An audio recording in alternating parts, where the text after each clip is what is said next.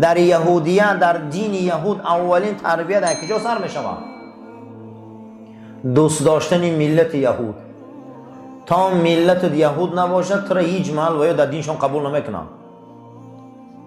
یا مادرت یهودی باشه یا حتما خودت باید ملت یهود باشه.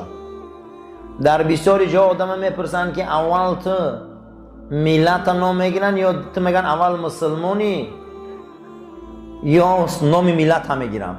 او انا میخیلن تا اول میگن مقصد پیروی دین موسی یا یهودی. اگر گویی که پیروی دین موسی و یهودی نیست قبول نمیکنن.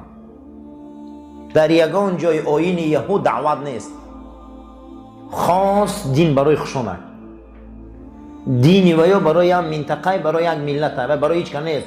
میگم ما جدا کرده های خداییم.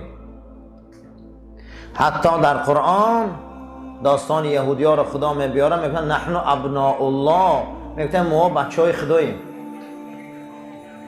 چی میگفت هستیم؟ نحن ابناء الله، ما بچه های خداییم. و احباؤه، ما دوست های خداییم. همه چی برای ما درسته.